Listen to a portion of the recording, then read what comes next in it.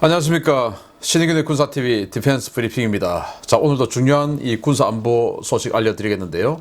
지금 이 서방 세계, 특히 유럽의 각국이 우크라이나에 무기를 지원하는 러쉬를 이루고 있습니다.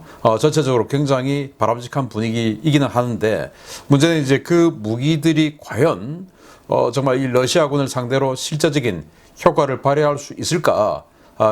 그래서 또 우크라이나가 쓰고 있는 무기하고 사실 또 호환이 돼야 되는데 이런 호환성이 있을까라는 그런 부분, 또 이 현대전에 21세기 전장에 맞는 그런 신형 무기인가 하는 이런 부분에 대한 또 성찰이 필요하지 않나라는 생각을 하고요. 관련해서 알려드리겠고, 지금 그리스가 작년에 터키하고 유전 때문에 전쟁을 할 뻔했죠. 그래서 아주 군사력을 급상승시키고 있는데 여기에 너무나 비싼 돈을 주고 군함을 샀는데 이게 어쩌면 뇌물 섞인 그런 군함이 아닐까라는 생각을 해봅니다. 보겠습니다.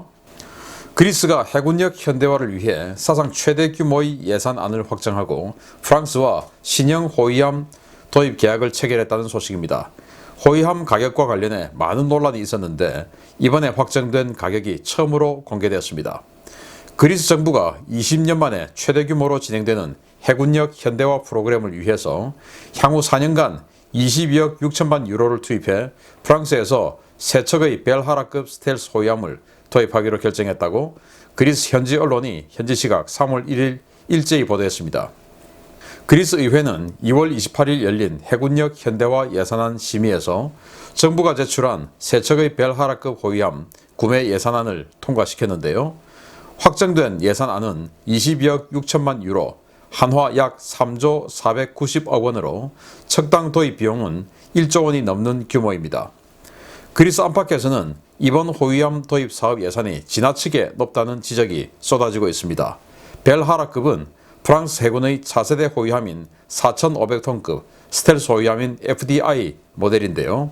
이 호위함은 시파이어 A사 레이더와 32발의 아스터 함대공 미사일, 8발의 액조세 블락3 함대함 미사일, 램 함대공 미사일 등을 갖추고 있어서 별다른 특장점이 없다는 평가를 받아왔습니다.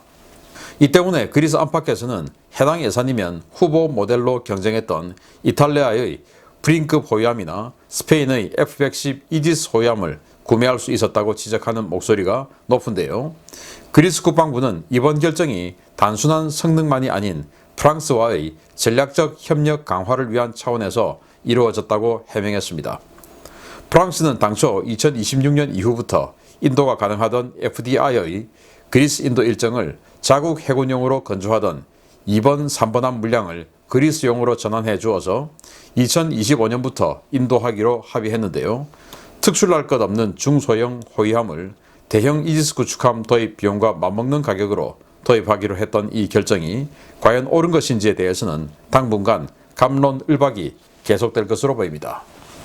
그리스가 호주처럼 아주 소득이 높은 나라가 아니죠. 나라 부도날 뻔했던 나라 아니겠습니까? 그런데 작년에 이 에게해에 있는 대부분의 섬들이 그리스령의 섬이에요. 그런데 정말 희한하게도 터키의 그 소아시아 반도 그 코앞에 2km 앞에 있는 섬도 그리스 겁니다. 그런데 거기에서 유전이 생긴 겁니다. 그래서 터키가 야 이걸 너희들 거라고 하는 너무하잖아. 이거 우리 줘. 이제 이렇게 돼가지고 그것 때문에 전쟁이 일어날 뻔했는데, 그러다 보니까 그리스가 이제 뜨거 해서 지금 군사력을 급상승시키고 있는 거예요. 왜? 터키가 더 세니까. 그래서 그때 가장 먼저 도와주었던 나라가 프랑스입니다. 그리스를 미스트랄급 강습 상륙함 보내고, 그리고 라팔 전투기 바로 보내고, 또 라팔 전투기 신속하게 또 그리스에 또 판매도 하고, 이런 식으로 가장 적극적으로 또 더 많은 전력을 보내줘서 이 프랑스야말로 터키하고 한판 붙을 이런 태세로 당시 그리스를 도와줬고, 뿐만 아니고 나중에 영국, 미국 이런 서방 세계 전부 다 그리스를 도와줬죠. 아마도 유전에서 상당한 지분을 떼주기로 했기 때문에 그런 상황이 벌어지지 않았나 생각하는데, 문제는 이렇게 그리스가 프랑스 등 이 서방 강대국의 지원을 받는 것까지는 좋은데 공짜 점심은 없는 겁니다. 그래서 유전의 지분을 떼주는 건 뭐 누구나 예상할 수 있는 것인데 무기 체계도 아주 고가에 사준다. 그래서 이 군함인데요. 여기 보시면 시파 레이더라고 새로운 여기 이제 A사 레이더가 장착이 되는데 뭐 대단한 뭐 그런 건 아니에요. 요즘 뭐 다 A사 레이더니까. 그리고 여기 이제 VLS 수직 발사관이 32셀이 들어가는데 여기 프랑스의 아스터라고 하는 함대공 미사일이 들어갑니다. 단거리형은 한 30km, 장거리형은 아스터 30 같은 경우는 한 120km 이렇게 날아가는데 능동이라서 뭐 동시 대응 능력도 좋아요. 뭐 SM2에 못지않은 어쩌면 SM2보다 더 성능은 좋은 사거리는 좀 짧지만 뭐 여튼 그런 건데 그럼에도 불구하고 이게 21세기 이제는 2020년대에 나오는 군함치고는 되게 좋은 거다. 이건 아니에요. 프랑스가 저급으로 로급으로 쓰고 있는 호얌 있죠. 라파에트급. 그 라파에트급을 싱가포르에도 팔기도 하고 대만에도 팔기도 하고 했는데 그 라파에트급을 대체하는 호얌입니다. 그러니까 로급입니다. 이걸 척당 1조 원. 그런데 프랑스가 이걸 5척을 계약을 했거든요. 프랑스 해군이. 그런데 프랑스 해군은 이걸 척당 한 7천억 원 정도에 계약을 했어요. 그런데 똑같은 군함을 그리스는 척당 1조 원 넘는 가격으로 계약을 했다. 뭐 물론 여기에 어떤 그 스페어 파츠나 이런 게 더 많이 들어가 있을 수는 있지만 그래도 이건 비싸다. 그 말은 여기에 수천억 원의 우리 그리스 좀 잘 봐주세요. 터키하고 또 붙어도 그래도 계속 그리스 편이 돼주세요 하는 그 수천억 원의 뇌물이 들어가 있는 것은 아닐까라는 것입니다. 그래서 이때 이 사업을 할 때 경쟁을 했던 스페인의 알바로 데 바잔급 223, 또 이탈리아의 프린급 방공 구축함, 프린급도 한 7천 돈 되지 않습니까? 알바로 데 바잔도 마찬가지고. 그런데 이거 4,500톤 우리 충무공 이순신함이 만재 배수량 5,500톤인데 그보다 더 작은 거예요. 그런데 1조 원 넘는 가격, 우리 세종대왕급 정도 되는 그 가격, 우리 세종대왕이 얼마나 많은 무장이 들어갑니까? 그런데 지금 이 사실은 뭐 거의 깡통에 가까운 이런 걸 가지고 그래서 이 기자들이 또 여론이 왜 이렇게 비싸게 하냐라고 하니까 이거 뭐 프랑스하고의 그런 또 협력 뭐 이런 게 좀 들어가 있다. 즉 그 말은 뇌물 들어가 있다 이 말 아니겠습니까? 아무튼 그리스가 아주 허접하진 않지만 특출날 것 없는 군함을 이렇게 비싼 돈을 주고 샀다. 한때 선박왕 뭐 이런 거 있었는데 이제 정말 그리스 참 힘들게 됐네요. 차라리 우리 KDDX 사면 이거보다 훨씬 좋을 텐데 아쉽습니다. 두 번째입니다. 유럽 각국이 우크라이나에 대한 대규모 무기 공급 계약을 잇따라 발표하고 있는 가운데 서유럽 국가들이 우크라이나의 퇴역 무기를 이른바 땡처리하는 대상으로 삼고 있다는 지적도 나왔습니다. 이 무기들은 우크라이나에 공급되더라도 마땅한 사용처가 없어서 향후 관리 문제만 불거질 것이라는 우려도 쏟아지고 있습니다. 우크라이나에 대한 각국의 무기 지원이 늘어나고 있는 가운데 벨기에가 우크라이나에 대규모 보병 화기와 대전차 무기를 공급할 것이라고 아미 리코그네이션이 현지 시각 2월 28일 보도했습니다. 아미 리코그네이션은 벨기에가 우크라이나에 3,000정에서 많게는 5,000정의 FN, FNC 돌격 소총과 200기의 M72 로우 대전차 로켓을 공유할 것이다 라고 밝혔는데요. 우크라이나는 물론 유럽에서도 이러한 공여 무기가 우크라이나에 별 도움이 되지 않을 것이라는 지적이 제기되고 있습니다. 우크라이나는 7.62mm 러시안탄, 5.45mm 러시안탄 등 두 가지 종류의 소화기 탄약을 사용하는데요. FN, FNC는 5.56mm 구형 나토탄을 사용해서 우크라이나가 탄약 조달이 불가능할 뿐더러 총기 자체도 40년 이상 쓰고 퇴역해서 현재는 폐기를 앞두고 있는 물량이어서 벨기에가 자국군 퇴역 물량을 우크라이나에 떠넘긴다는 비판이 나오고 있습니다. 폐기 대상 물량을 우크라이나에 이른바 땡처리하는 사례는 다른 나라들도 마찬가지인데요. 독일은 신형 RGW-90 대전차 로켓의 배치에 따라 폐기된 펜저파우스트 3 1000발과 1982년부터 도입된 스팅어 초기형 모델 500발을 공급한다고 밝혔고, 네덜란드 역시 독일과 함께 도입해 현재 스크랩 처리된 스팅어 200발을 우크라이나에 보낸다고 밝혔습니다.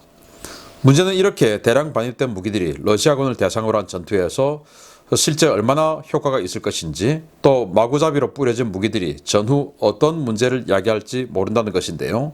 실사용자의 소요와 환경을 고려하지 않고 생색을 내며 퇴역 무기들을 우크라이나에 내주는 유럽 국가들, 조금 더 좋은 무기들 주면 어떨까, 그리고 실제 필요한 물품들을 주는 것은 어떨까라는 생각도 해봅니다.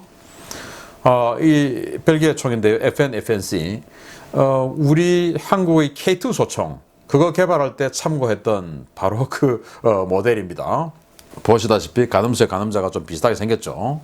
그리고 원래 이 AR 계열, 즉 그 M16 같은 경우는 이 장전 손잡이가 뒤에서 이렇게 당기는데, 이건 옆에 있습니다. 우리 K2 소총 이거 참고해서 이렇습니다. 러시아 AK처럼 이렇게 옆에 나와 있어요. 그래서 탄피가 옆으로 이렇게 이쪽으로 배출이 되게끔 돼 있는데, 아무튼 그래요.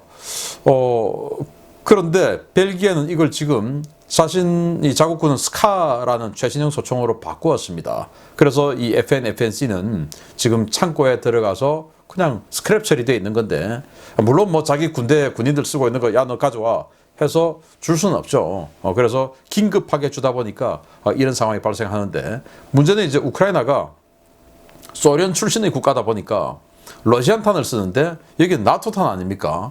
또 이 FNC는 나토 탄 중에서도 구형 나토 탄이에요. 요즘 신형 나토 탄이 아니고, 구형 나토 탄을 쓸 수 있게끔 만든 이 강선에다가 신형 나토 탄을 집어넣고 사격을 하면 사거리가 짧아지고 명중도가 더 저하됩니다. 그런 단점이 생겨요. 그래서 과연 이 탄약이 얼마나 우크라이나에 이 총기와 함께 아주 장기간 동안 쏠 수 있는 탄약이 보급될 것인가 하는 그 문제에 대한 우려감이 있고, 또 지금 현용 대전차 무기 같은 경우에 지금 제일 이제 위급한 건데, 우크라이나 입장에서는 이게 독일 같은 경우에 자신들이 쓰는 그 RGW90 이거 새로 만들었거든요. 그런 걸 좀 주면 사거리도 훨씬 길고, 그리고 관통력도 좋고 이렇게 될 수 있는데, 펜제 파우스트 3 이거는 뭐 바로 코앞에 가서 쏴야 되고 이런 건데, 야, 이런 걸 갖다 주면 이거 좀 이 우크라이나인들 너무 겁나지 않을까요? 그래서 좀 이 제벌린처럼 사거리 길고 이런 최신형 무기 좀 갖다 주면 얼마나 좋을까. 예를 들어 프랑스도 만약에 준다면 자기네들 지금 쓰고 있는 밀란이나 이런 거 좀 갖다 주고 하면 좋을 텐데, 1960년대 70년대 썼던 지금은 쓰지도 않는 M71 로우, 이 M71 로우 같은 경우는 탱크에 쏴봐야 효과도 없어요. 이거 이제 장갑차나 뭐 트럭 이런 데나 쏘는, 앞으로 만약에 이제 시가전 벌어지면 보병 이 전투에서는 조금 더 효과는 있을 수도 있겠습니다.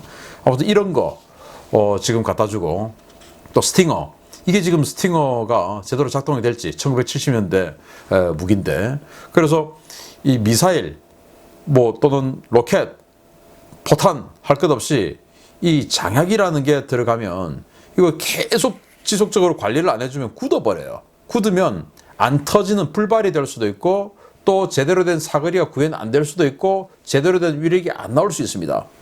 제일 중요한 건 들고 쐈는데 안 나가면 이제 큰일 난 거죠. 자, 그런 문제가 있는데, 하여튼 뭐 우크라이나가 너무 급하니까 이렇게 다 여기저기 주는 건 참 좋은데, 진짜 좋은 거 좀 줬으면 좋겠다. 그래서 제가 봤을 때 지금 우크라이나에서 제일 필요한 건 무기도 좋지만 실제는 피복류, 그리고 의약품, 그리고 전투식량, 이런 것들이 아닐까라고 생각하고, 뭐 우리나라도 인도적인 지원 하겠다고 했으니까 전투식량 빨리 좀 만들어서 또 의약품 이런 거 좀 보내주면 어떨까라는 생각을 해봅니다. 아무튼 우크라이나 힘내기 바랍니다. 마치겠습니다. 감사합니다.